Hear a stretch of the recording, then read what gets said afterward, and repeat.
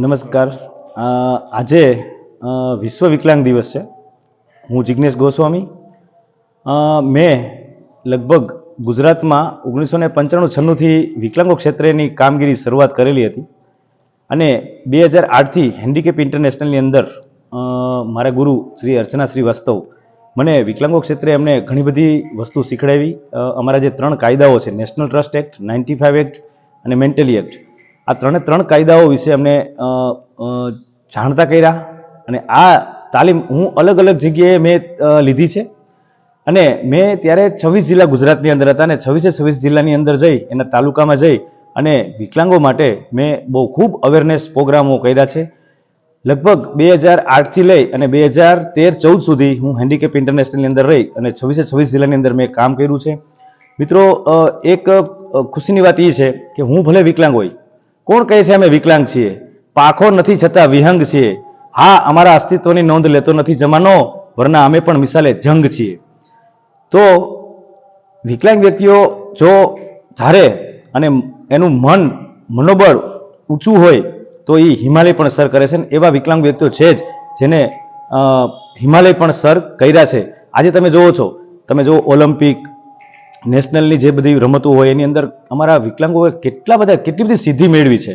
તો આવી રીતે ભલે અમને એક કુદરતે એક ખામી આપી છે, આપ બધા જોઈ રહ્યા છો કે દાખલા તરીકે મને પગે તકલીફ છે, એમ હું માનું છું ત્યાં સુધીમાં ગુજરાતની અંદર 15થી 16 લાખ વિકલાંગ વ્યક્તિઓ છે અને બધાને કંઈક ને કંઈક ખામી આપી છે, પણ એની સામે કુદરતે ઘણી બધી ખૂબીઓ આપી છે. તો આજે વિશ્વ વિકલાંગ દિવસે મારે એ જ સંદેશો આપવો છે તમને કે મેં 2008થી લઈ અને 2014 સુધી વિકલાંગો ક્ષેત્રે બહુ કામ કર્યું. આજે હું એસબીઆઈ આરસેટી 2014થી હું આરસેટી એટલે કે ગ્રામીણ સ્વરોજગાર તાલીમ સંસ્થા, જે ભારત સરકારની એક સંસ્થા છે, એની અંદર હું જોઈન્ટ થયો. હેન્ડીકેપ ઇન્ટરનેશનલની અંદર જે મારી કામગીરી જોઈ અને મેં જે ઇન્ટરવ્યૂ આપ્યું અને મને સિલેક્ટ કર્યો, આજે હું સૌરાષ્ટ્રના લગભગ 2 જિલ્લા એટલે કે રાજકોટ અને મોરબી, એ આરસેટી તો ભારત દેશની અંદર 590 જિલ્લામાં છે, પણ મારા ભાગે એટલે કે મારી જવાબદારી જે છે 2 જિલ્લામાં, રાજકોટ અને મોરબી, તો ટોટલ 17 તાલુકાના 935 ગામડાની અંદર અલગ અલગ વિસ્તારમાં હું અવેરનેસ પ્રોગ્રામ કરી અને બહેનો માટે હું કામ કરું છું. અને આવા બહેનો કે આજ તમે જુઓ 70% લોકો ગામડાની અંદર વસનારા વ્યક્તિઓ હોય છે અને એમાંય બહેનો સવારે વહેલી ઉઠતી હોય છે. બહેનોની માથે બહુ જવાબદારી હોય છે અને આપણા માનનીય પ્રધાનમંત્રી આજ તમે જુઓ બહેનો માટે કેટલું કામ કરી રહ્યા છે. અને પ્રધાનમંત્રી એટલે તમને વાત કરી દઉં કે ગુજરાતના જ્યારે મુખ્યમંત્રી હતા ત્યાર પછી મુખ્યમંત્રી પછી જે પ્રધાનમંત્રી બન્યા ત્યારે અમને બધાને વિકલાંગ, પાંગડો, બાડો, બોબડો, લંગડો આવા શબ્દોથી અમને નવાજવામાં આવતા, અમને બોલાવવામાં આવતા. અને આપણા મોદી સાહેબ નરેન્દ્ર મોદીએ અમારું નામ એટલે કે જે વિકલાંગ વ્યક્તિઓ છે એનું નામ આખું ચેન્જ કરી અને દિવ્યાંગ નામ રાખ્યું. અને મિત્રો, દિવ્યાંગો ક્ષેત્રની આજે ખાસ દિવસ છે એટલે હું તમને વાત કરું તો મેં 2005થી 2008માં ત્રણે જે કાયદાઓ હું જાણતો હતો. આજે તમે કોઈ પણ સરકારી બિલ્ડિંગ જોઈ લ્યો, આ સરકારી બિલ્ડિંગ, સ્કૂલનું બિલ્ડિંગ, મામલતદાર ઓફિસ, કલેક્ટર ઓફિસ, પહેલાં અહીંયા પગથિયા હતા, રેમ્પ નહોતા. આજે હવે તમે જુઓ તો રેમ્પ થઈ ગયા છે. આ રેમ્પ માટે હું એકલો નહીં પણ મારી આખી ગુજરાતની જે અમારી વિકલાંગ વ્યક્તિની ટીમ છે, જે મેં તાલુકે જિલ્લે જે અમારા વિકલાંગ વ્યક્તિઓને ભેગા કર્યા હતા અને અમારી 1 લાખથી વધારે વિકલાંગ વ્યક્તિઓ અમારા મેમ્બરો બન્યા અને અમે જિલ્લા વાઇઝ એની આખી કમિટી બનાવી હતી. પહેલાં રાજ્ય સ્તરની, પછી ઝોન વાઇઝ, જિલ્લા વાઇઝ, તાલુકા વાઇઝ અને ગામડા વાઇઝ આખી અમારી ચેનલ હતી. અને અમે બધાએ એવડો મોટો સરકાર સામે રજૂઆત કરી.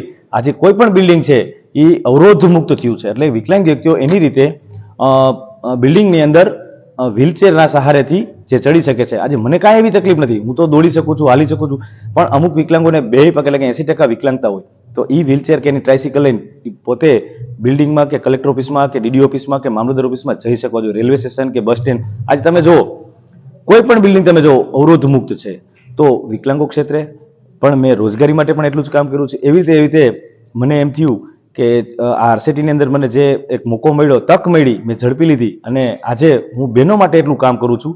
અને બહેનોને ગોતી એને કઈ તાલીમ લેવી છે, અમે 60થી 64 જેટલી તાલીમ આપી છે. એમાં એ બહેનોને સમજાવું છું, એના ઘરે જઈને સમજાવું છું, એના ગામડે જઈને સમજાવું છું. અને બહેનોને અમે 2 પ્રકારની એટલે કે ઇન કેમ્પસ અને ઓફ કેમ્પસ એટલે એના ગામડામાં જઈને અમે તાલીમ આપી. ઇન કેમ્પસ એટલે અમારે ત્યાં આવે એટલે કે બહુ મોટું રાજકોટ અને મોરબી જિલ્લાનું સૌરાષ્ટ્ર યુનિવર્સિટીની બાજુમાં બહુ મોટું લગભગ 3 થી 4 વીઘામાં આ કેમ્પસ છે. અહીંયા અમે તાલીમ અપાવી છે. લગભગ હું દર વર્ષે 6000થી વધારે બહેનોને મળું છું. 1200 બહેનોને અમે તાલીમ અપાવી છે અને 300 બહેનોને હું રોજગારી અપાવું છું. ભલે મને ખામી છે, આજે વિશ્વ વિકલાંગ દિવસે મારે એ જ સંદેશો આપો, મને ખામી છે પણ મેં બીજાની એટલી હેલ્પ કરી છે. એનું એક હું તમને ઉદાહરણ આપું તો હું આટલા વર્ષોથી આ જે કામ કરું છું, મિત્રો, જે વાહન લઈને જાઉં છું, મને કોઈ દિવસ મારા વાહનમાં પંચર નથી પડ્યું. બસ આ બહેનોના અને વિકલાંગોના મને આશીર્વાદ છે મારી હારે. હું ક્યારે હેરાન નથી થયો, આવડો થયો, ક્યારે હું બીમાર નથી પડ્યો, કારણ કે એના માટે હું કામ કરું છું, એટલા માટે. અને મને ખુશી એટલા માટે છે કે આ લોકો તાલીમ લીધા પછી જે પગભર થાય છે, જે એની ઇન્કમ એટલે કે એની જે આવક ચાલુ થાય છે, એના પરિવારનું એની ઉપર એ લોકો નિભાવ કરતા હોય છે. અને એનાથી મને બેહદ ખુશી છે. અને હજી હું આવું આવનારા દિવસોમાં કામ કરતો રહું, એવા જ મારે જે લોકો છે, તમારા બધા પાસેથી મારે બસ એવા જ આશીર્વાદ હોય છે. બહેનો અને વિકલાંગ વ્યક્તિઓ, દિવ્યાંગ વ્યક્તિઓએ તો મને આશીર્વાદ આપ્યા છે.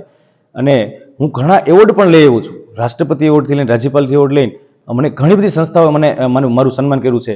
તો આજે જે મીડિયા દ્વારા આજે જે વિશ્વ વિકલાંગ દિવસે જે સંદેશો મીડિયા દ્વારા જે જાય છે, એ હું કહું છું કે ઝાઝા ને ઝાઝા લોકો સુધી આ સંદેશો જાય અને દિવ્યાંગ વ્યક્તિઓ, આવા બેરોજગાર બહેનો અને ભાઈઓ જે છે એ અમારા સુધી આવે અને અમે એને આવી કાંઈક ને કાંઈક તાલીમ અપાવી અને અમે એને પગભર કરી શકીએ. બસ એ જ સંદેશો છે.